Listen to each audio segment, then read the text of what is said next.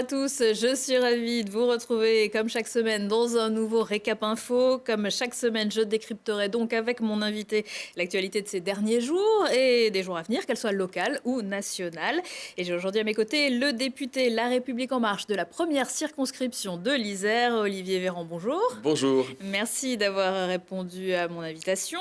Vous êtes également rapporteur général de la commission des affaires sociales et toujours un neurochirurgien au CHU. Neurologue au CHU Grenoble-Alpes. C'est bien ça. Et vous continuez d'ailleurs à assurer vos rendez-vous Un petit peu. Le lundi matin, voilà. Voilà, un petit peu malgré votre emploi du temps très chargé. Alors, je vous propose, pour débuter, de rester à Grenoble pour le premier sujet. Le premier tour des élections municipales aura lieu dans un peu moins de 7 mois. Certains arpentent le terrain depuis très longtemps. C'est le cas, par exemple, de l'ancien maire de Grenoble, Alain Carignon, qui, à 70 ans, vient d'annoncer officiellement sa candidature. Lui, qui aura gouverné la ville une douzaine d'années, aura été ministre avant de passer 29 mois derrière les barreaux pour corruption. J'avais 3 ans à l'époque. Quel âge j'avais? Je réfléchirai à tout ça plus tard. J'étais beaucoup plus jeune que vous de toute façon. Et aujourd'hui, c'est donc avec la société civile qu'Alain Carignon veut repartir. Et écoutez-le, son programme est déjà prêt. Aujourd'hui, nous inaugurons en quelque sorte le siège de l'alternance, c'est-à-dire le lieu à partir duquel on peut débattre ensemble de ce projet pour Grenoble. Nous avons la municipalité la plus ringarde qu'on puisse trouver sur les questions écologiques. Et le prochain maire doit être le maire éco-responsable. Il y a deux perspectives qui vont s'offrir, soit la continuation qui conduit à la paupérisation de la ville et à la ghettoisation des quartiers, soit un nouveau départ, une nouvelle perspective avec une requalification de la ville qui soit en même temps sensible à la transition et qui sauvegarde la planète. Le collectif de la société civile veut élaborer avec les Grenoblois un projet pour la ville, un projet qui traite de son attractivité, de sa sécurité, de sa propreté, des mobilités. Vous savez que sur les mobilités, on a un projet de monorail entre Veurey et Crolles, que sur la sécurité, nous voulons rétablir les caméras 24 heures sur 24 avec un PC opérationnel. Donc il s'agit sur tous ces sujets d'apporter, de proposer des solutions aux Grenoblois, d'en débattre avec eux, de façon à ce que ce projet devienne le projet de tous les Grenoblois. Alors Olivier Véran, qu'est-ce que vous pensez de cette candidature? Vous savez pourquoi est-ce que Grenoble a parmi les impôts locaux les plus élevés de France? Vous allez me répondre. Parce qu'il y a eu un maire un jour qui a creusé une dette sans fin dans la ville de Grenoble, en achetant tout ce qu'il voulait, sans regarder, et qui se moquait totalement des générations suivantes. Ce maire, c'était Alain Carignon. Donc quand il parle des réalisations qu'il a faites, et certes il en a faites, mais il ne les a jamais financées. Et pire que ça, il est parti sur une affaire politique, c'est quand même l'homme politique le plus lourdement condamné de l'histoire de la Ve République. Et quand il est parti non seulement en laissant la ville avec une très forte dette, mais avec une image très péjorative. Et ensuite, il a fallu ramer pendant des années, voire des décennies, pour que Grenoble retrouve une image qui a été positive.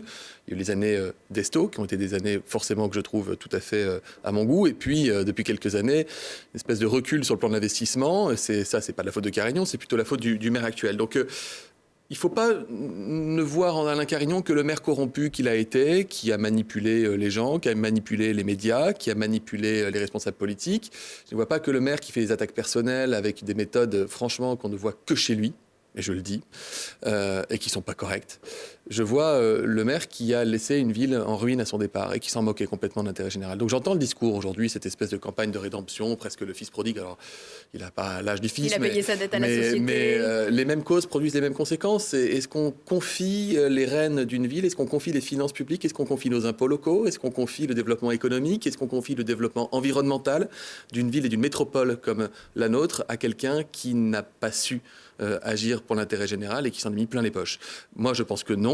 Je pense que les Grenoblois sont extrêmement nombreux à considérer que cette candidature est grotesque, voire malsaine. Maintenant, la démocratie étant ce qu'elle est, il est candidat, mais je ne focaliserai pas la campagne et je ne pense pas qu'il faille se focaliser davantage sur le cas d'Alain Carignon. Je crois que le vrai duel dans cette campagne municipale sera celui qui opposera le maire sortant à la candidate que je soutiens, qui s'appelle Émilie Chalas et qui, elle, représente plutôt l'avenir de la ville et de la métropole. On va y venir. Alors, si ça ne marche pas pour Alain Carignon à la mairie de Grenoble, il pourrait aussi essayer de vous piquer votre place, puisqu'il a déjà été candidat sur la première circonscription. Ah, il a été député de la première circonscription. Député elle a et même été puis faite pour candidat la première circonscription. À une époque, avait été découpée sur mesure. Et puis il a été condamné, il est parti en prison. C'est son suppléant Richard Cazenave, pour qui, pour le coup, je nourris une forme d'amitié, qui l'a remplacé. Puis un jour, il a voulu revenir en 2007. Il s'est présenté contre Richard Cazenave, qui l'avait remplacé.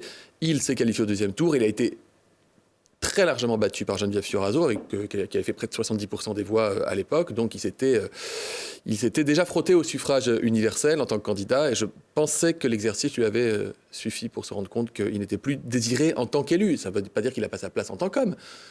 Mais encore une fois, on parle là de quelqu'un qui se verrait confier le coffre d'une ville comme le nôtre. Alors, dans la foulée d'Alain Carignon, c'est donc le maire de Grenoble actuel, Éric Piolle, qui a aussi lancé sa candidature cette semaine. C'était mardi, on l'écoute. On sent qu'il y a une énergie à Grenoble, une énergie des gens qui ont envie de faire de cette campagne un temps utile pour le débat public.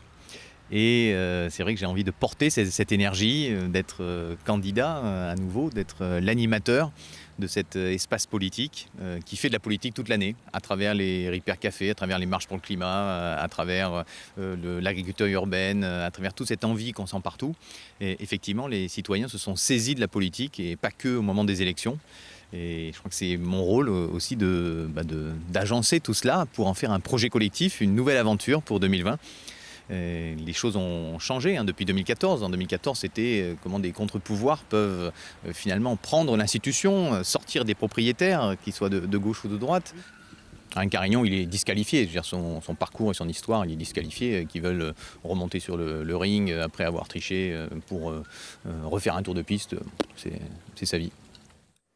Alors Alain Carignon, on en a déjà parlé, mais pour vous, est-ce qu'Éric Piolle a raison de se représenter? J'imagine que non. Éric Piolle est un bon communicant.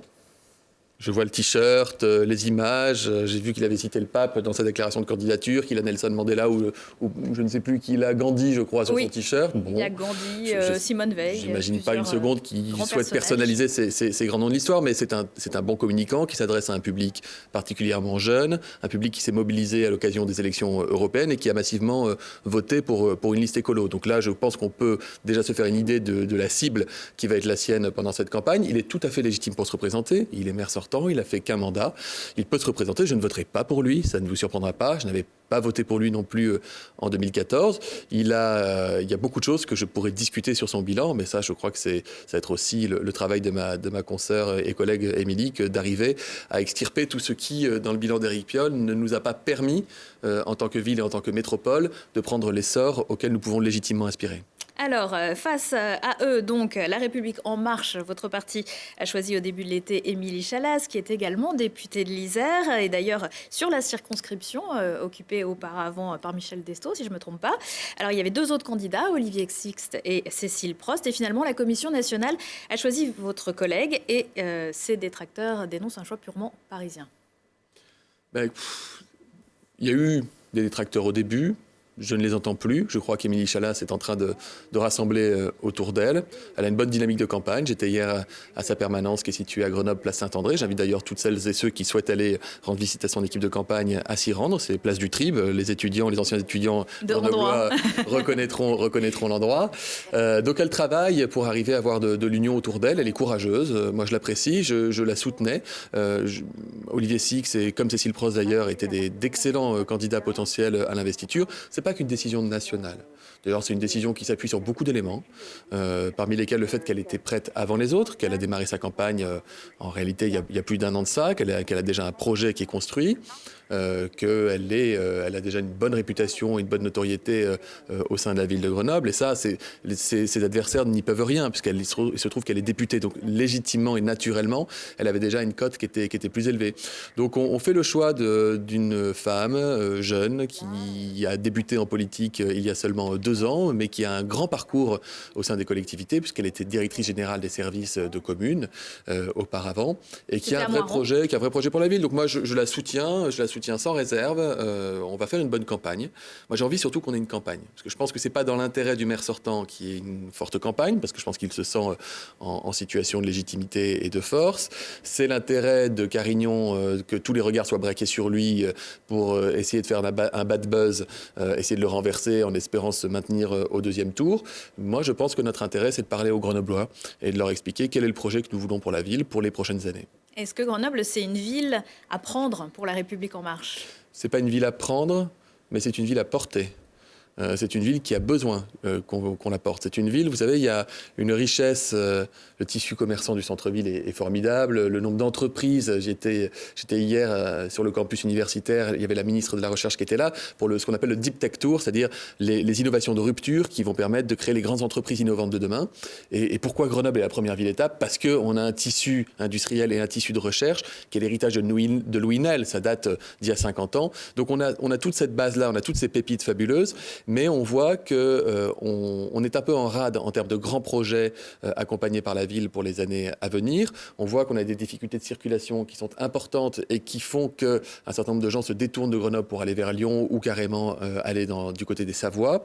Et puis le problème de sécurité qui nuit énormément à l'image de Grenoble. Et moi, je ne suis pas du tout dans le bashing, donc je n'ai de cesse que de répéter à tout le monde à Paris quand on m'en parle ou ailleurs que Grenoble est une ville magnifique, entourée de montagnes, qui est extrêmement dynamique, très jeune, une ville étudiante, qui a une histoire, une ville de liberté.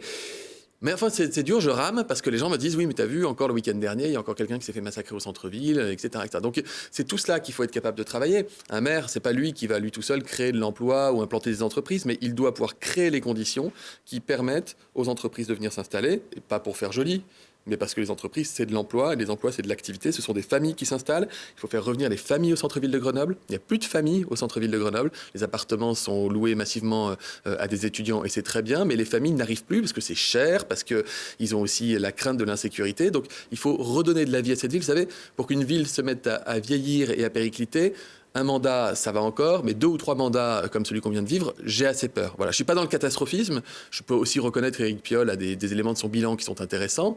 Pour moi qui suis cycliste, il y a des choses qui ont été faites qui sont intéressantes. Mais franchement, on peut faire mieux et Grenoble mérite mieux. Alors pour ça, il faudra que Émilie Chalas parvienne à rassembler. Selon un sondage qui avait été commandé par La République En Marche, Éric Piolle arriverait assez largement en tête au premier tour, avec plus de 30% des voix. Émilie Chalas, deuxième, autour de 19%. Alain Carignon, avec 16% des voix, serait troisième. Alors il va falloir... C'est quoi ce sondage? C'était un sondage qui avait été commandé par La République En Marche et dont nous avions eu écho au début du mois de juillet. Ce ne sont pas les chiffres. Alors, vous allez pouvoir... Alors, quels sont ces chiffres? Je ne peux pas vous les donner, mais je sais que ce ne sont pas les chiffres. Il n'y a pas un écart de 3 points entre Émilie Chalas et Alain Carignon, quelles que soient les enquêtes d'opinion. Je crois qu'il y a un sondage national qui va sortir sur Grenoble dans quelques jours. Je vous propose de m'inviter, on le commentera ensemble, mais vous verrez qu'il n'y a pas un écart de 3 points entre Alain Carignon et Émilie Chalas. Je crois qu'encore une fois, c'est la rumeur. Vous savez, Carignon, il a des sites internet très actifs, il a des gens sur les réseaux sociaux qui sont parfois assez agressifs, y compris à mon encontre d'ailleurs, y compris sur des questions personnelles, ce qui est dur. Je n'ai pas fait politique pour qu'on vienne m'attaquer sur mes questions personnelles. Il ne recule devant rien et il avait théorisé à une époque la rumeur en politique, en estimant que la rumeur était une arme fabuleuse, comme le disait son entourage. Et il n'a absolument pas changé les méthodes.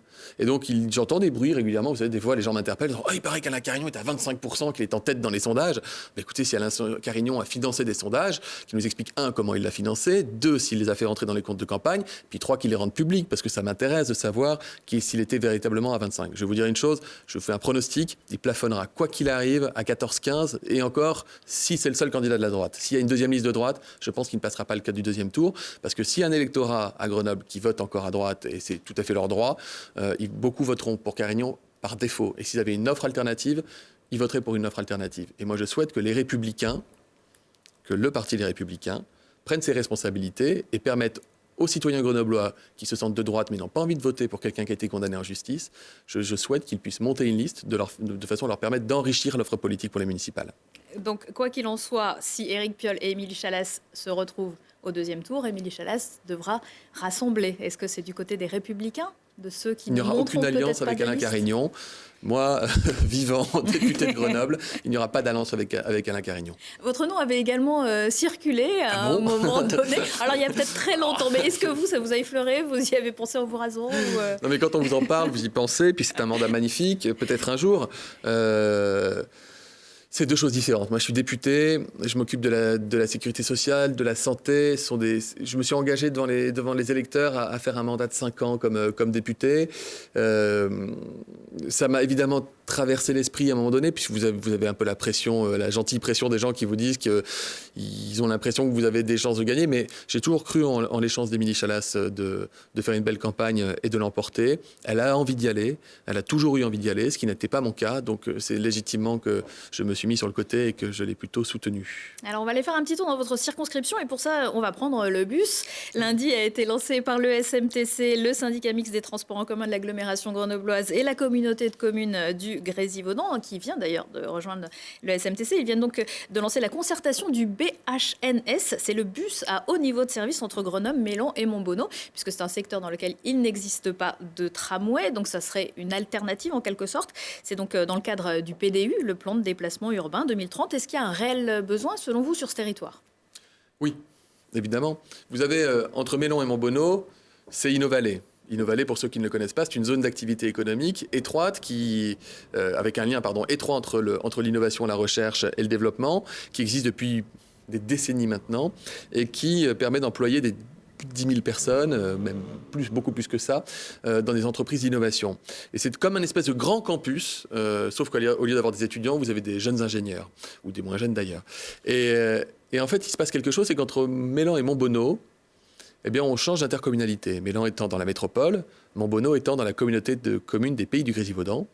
Et du coup, le bus s'arrête à la frontière entre Mélan et Montbonneau. Ce qui veut dire que vous avez des milliers de personnes qui vivent du côté de Grenoble, qui travaillent à Montbonneau et qui ne vont pas à Montbonneau en bus puisque le bus s'arrête trop tôt.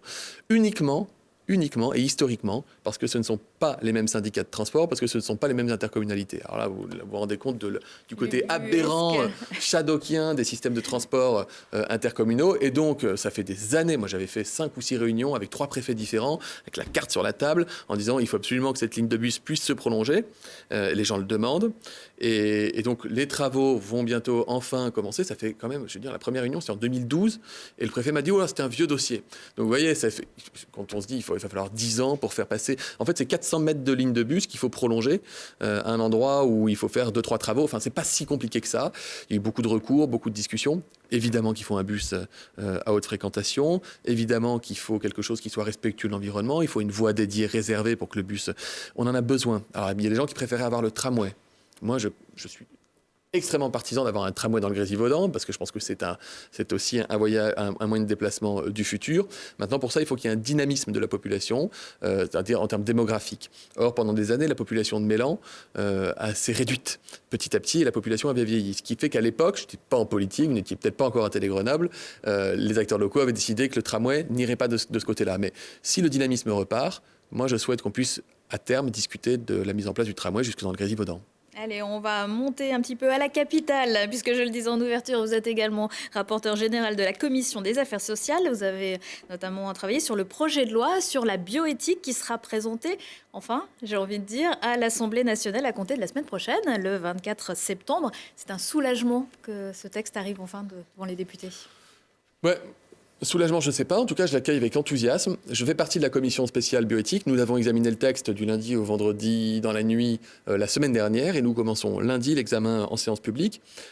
C'est un examen qui s'est très bien passé. D'abord, c'est un beau texte. Il n'y a pas que la PMA. Il y a la PMA pour les couples de femmes, les femmes seules. Il y a la reconnaissance de la filiation, c'est-à-dire et la reconnaissance de l'accès aux origines. Ça, c'est un sujet très complexe. On va détailler un petit peu tout ça, si vous le voulez bien. Alors, effectivement, vous le disiez, il n'y a pas que la PMA, puisque cette loi compte 32 articles. Son article 1, c'est sans doute le plus attendu. Il prévoit donc l'élargissement de la PMA à toutes les femmes, célibataires et couples lesbiennes. Cet article 1 a déjà été approuvé donc, par les députés de la commission spéciale de l'Assemblée nationale. Est-ce que vous vous attendez à des débats compliqués sur ce sujet ? Alors moi, j'ai vécu le mariage pour tous. 2 semaines, jour et nuit dans l'hémicycle, des manifestations monstres dans toute la France, des pétards qui claquaient contre les façades de l'Assemblée nationale, des nuits jusqu'à 8h du matin, on siégeait nuit après nuit, une opposition qui faisait tellement d'obstructions parlementaires qu'à la fin, ils lisaient des recettes de cuisine pour gagner un peu de temps.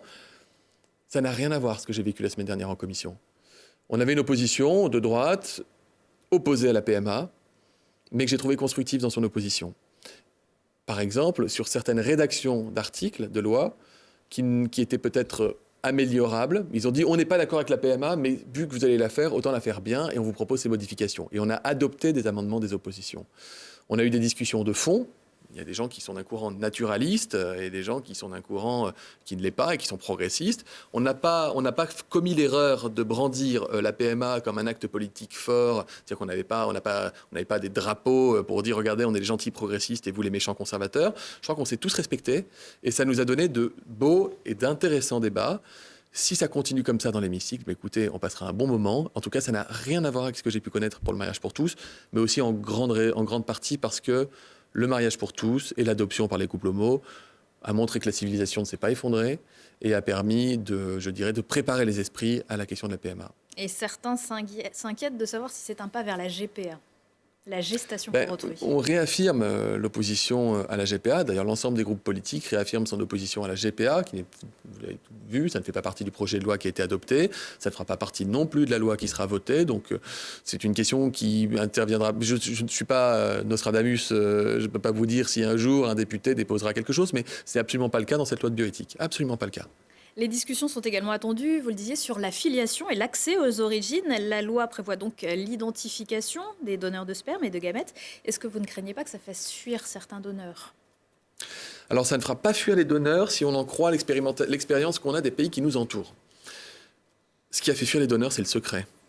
En fait, la PMA s'est construite complètement à l'arrache dans les années 70, dans les années 80, avec des sécos, donc des centres de dons de sperme, qui se sont développés ça et là, des difficultés à recruter des donneurs, et puis une nouvelle pratique qui se mettait progressivement en fonctionnement, qui était critiquée par les uns, redoutée par d'autres. On ne devait surtout pas en parler. Il y avait la honte de l'infertilité du père en général. Et donc on s'est retrouvé avec des dispositifs contestables avec du recul, puisqu'on ne permet pas à des enfants devenus adultes aujourd'hui d'avoir accès à des données fondamentales s'agissant de leurs origines biologiques. Ces enfants devenus adultes ne demandent pas de nouveaux parents. Leurs parents sociaux, ceux qui les ont élevés, éduqués, sont leurs parents. Mais ils aspirent à avoir des données parfois médicales sur leur père biologique, ou parfois simplement pouvoir discuter avec lui, une rencontre, parfois lui dire merci pour leur avoir permis de vivre. Donc ça a été une période assez bouleversée. Il y a eu une loi en 1994 qui a entériné l'anonymat comme étant la norme, et le secret a perduré. Et en fait, dans les pays qui ont levé le secret du don, eh bien, on se rend compte qu'en fait, les choses deviennent beaucoup plus naturelles. Voilà. Est-ce qu'il y a un point beaucoup moins médiatisé dans cette loi, mais qui mérite un petit coup de projecteur ? Allez-y, profitez-en. Tout ce qui concerne les neurosciences, tout ce qui concerne la génomique, la génétique, les dépistages génétiques, l'évolution. Vous savez, moi j'ai toujours l'impression, c'est ma deuxième loi bioéthique, j'ai le sentiment qu'en fait on vient ramer après la société. C'est-à-dire qu'on vient entériner par la loi bioéthique ce qui existe déjà dans la vraie vie depuis parfois 10, 15 ou 20 ans. La recherche sur les cellules souches embryonnaires, quand nous l'avons autorisée, ça fait 30 ans que ça existait partout dans le monde. La PMA pour les couples de femmes, chaque année, il y a 3 à 5 000 femmes françaises qui vont avoir une PMA à l'étranger dans les pays qui nous entourent. Donc en fait, la loi bioéthique vient entériner.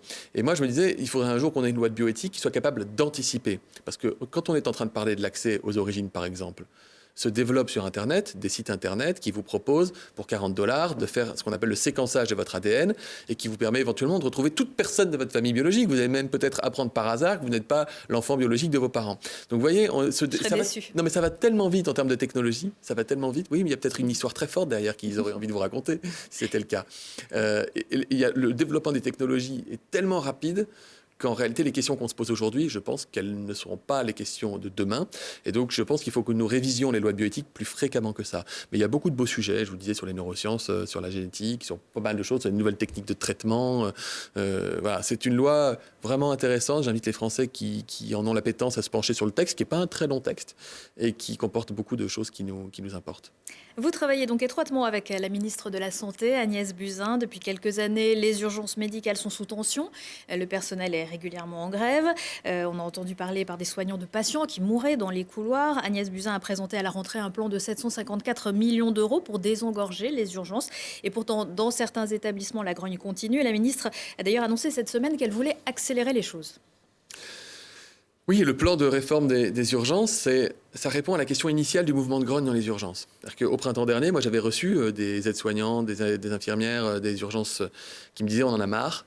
On sature, puis moi je me souviens des gardes que je faisais au PUMed, au CHU de Grenoble. C'est extrêmement compliqué, les conditions d'accueil des patients ne sont pas satisfaisantes, et puis le personnel est pressurisé en permanence. Enfin, c'est très compliqué. J'ai un profond respect pour les gens que je vois sur votre écran et qui travaillent dans les services d'urgence. Et au début, ils nous disaient, il faut que vous travailliez à réorganiser les urgences, il y a trop de patients, on n'arrive pas à faire face, etc. Donc il y a eu un grand plan de transformation qui a été pensé et créé tout au long de l'été et qui a été présenté par la ministre. En fait, les revendications ont un peu évolué au cours de l'été. Un, parce qu'il y a eu l'intervention des grandes centrales syndicales type CGT ou Sud, et qui maintenant parlent davantage de rémunération, d'ouverture de lits et d'augmentation de personnel. Donc c'est pour ça qu'il peut y avoir le sentiment d'un décalage entre le plan qui est présenté et les revendications. Mais moi je suis convaincu que le plan d'urgence tel qu'il est conçu et qui est bien accueilli par la profession permettra de répondre à beaucoup de préoccupations, ce qui n'empêche pas de se poser la question des rémunérations du personnel à l'hôpital, de façon générale, des rémunérations des personnes qui prennent soin de nous quand on en a besoin, tous les soignants, mais les AVS aussi, etc. Et il faudra vraiment qu'on revalorise ces métiers. Alors, il y a donc au CHU Grenoble-Alpes, il y a également un autre problème qui se pose. En janvier 2018, le rapport Couty, commandé par la ministre de la Santé après le suicide d'un jeune médecin dans l'établissement, révélé de nombreux cas de maltraitance et souffrance au travail. Depuis, la direction a changé. La nouvelle équipe tente de renouer le dialogue avec les personnels médicaux.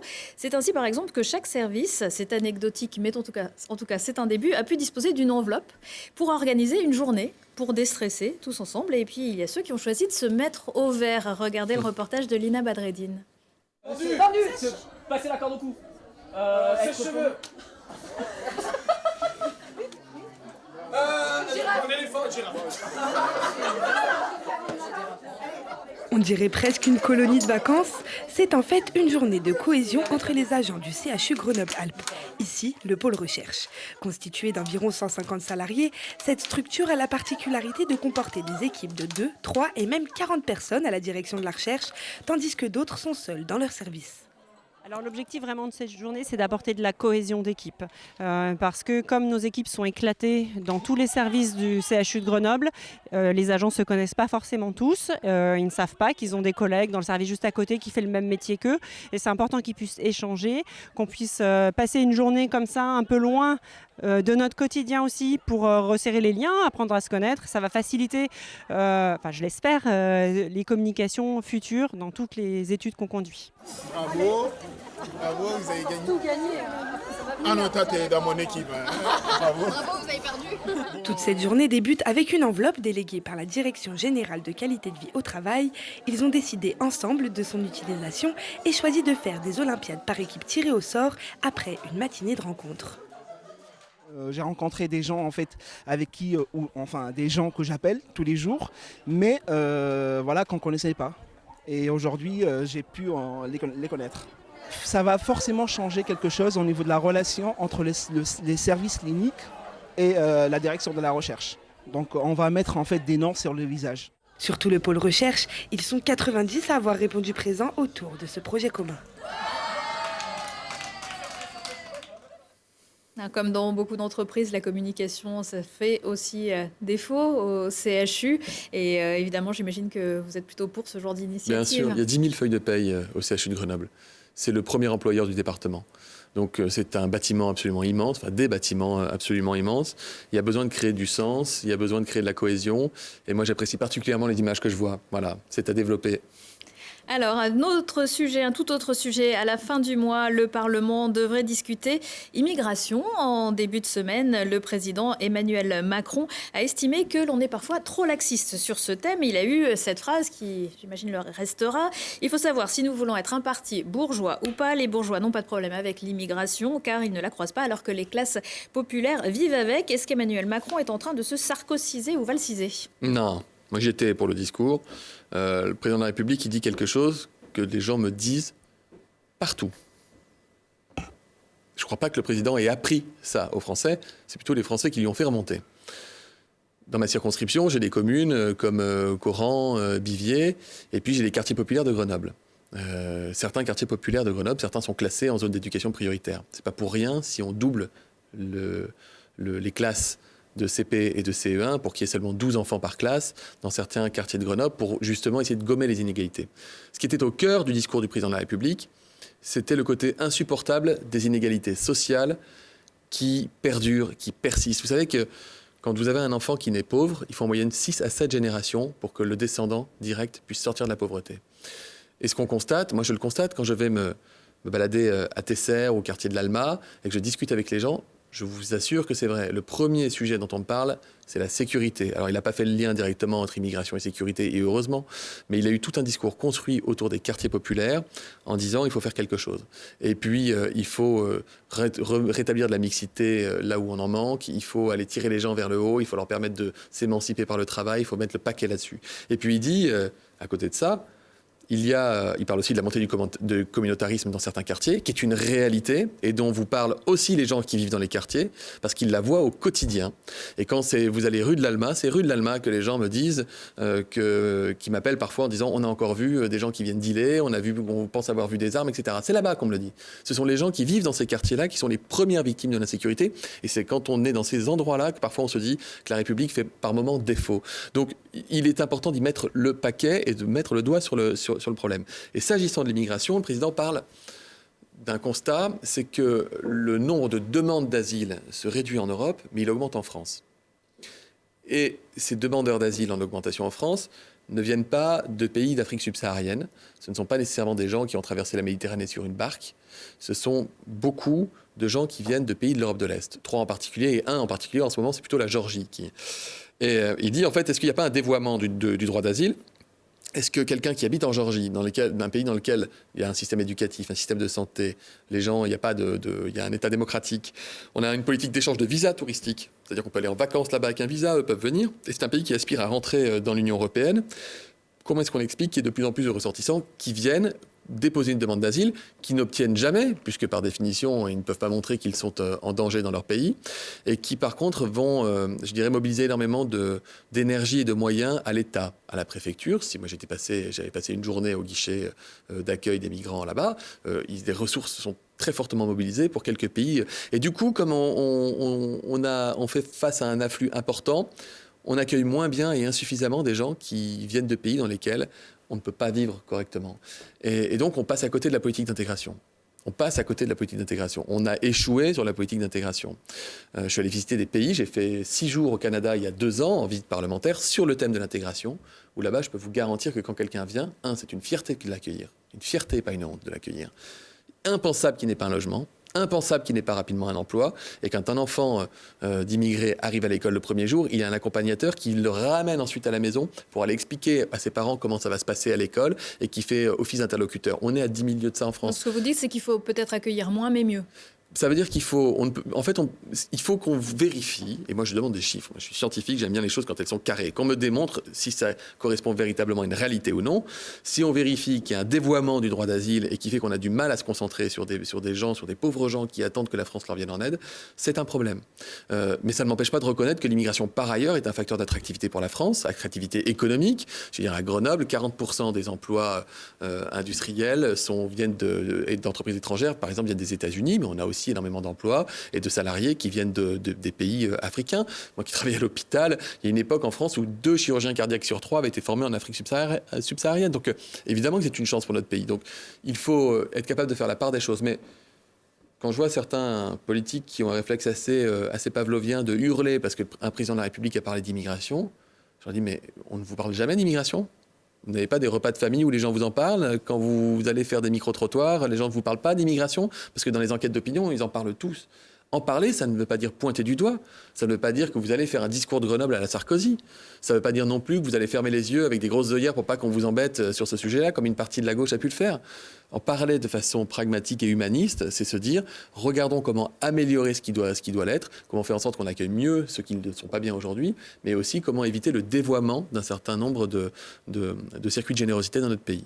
Alors cette semaine également, l'enseigne Intermarché a annoncé qu'elle allait changer 900 de ses recettes pour éliminer 142 additifs et objectif affiché, avoir une meilleure note sur Yuka, cette application qui révèle la composition exacte des produits alimentaires. Intermarché prévoit d'y arriver en 18 mois et n'exclut pas une augmentation des prix à l'achat. Vous validez, vous qui êtes à l'origine du Nutri-Score ? Oui, bien sûr je valide. Tout ce qui va aller vers plus de santé nutritionnelle. Vous savez, on estime qu'il y a 1 personne sur 5 qui meurt à cause de la malbouffe. Pas de la dénutrition, de la malbouffe. On ne sait plus ce qu'on mange aujourd'hui. Vous allez dans un supermarché, vous regardez les plats préparés que vous allez vous faire. Je vous mets au défi de me citer ne serait-ce que 10% des ingrédients des plats que vous allez manger. Les choses sont cachées, les aliments sont ultra transformés. On y trouve des additifs, on y trouve des conservateurs, on y trouve parfois des doses de sel complètement délirantes quand c'est pas du sucre dans le chorizo, etc. Donc moi je suis un fervent partisan de la santé alimentaire. Ça veut pas dire qu'il faut empêcher les gens de manger, ça veut dire qu'il faut les informer. Et donc la démarche Intermarché, comme la démarche de toutes les entreprises qui sont de plus en plus nombreuses en France et dans le monde à respecter le Nutri-Score, c'est une bonne démarche.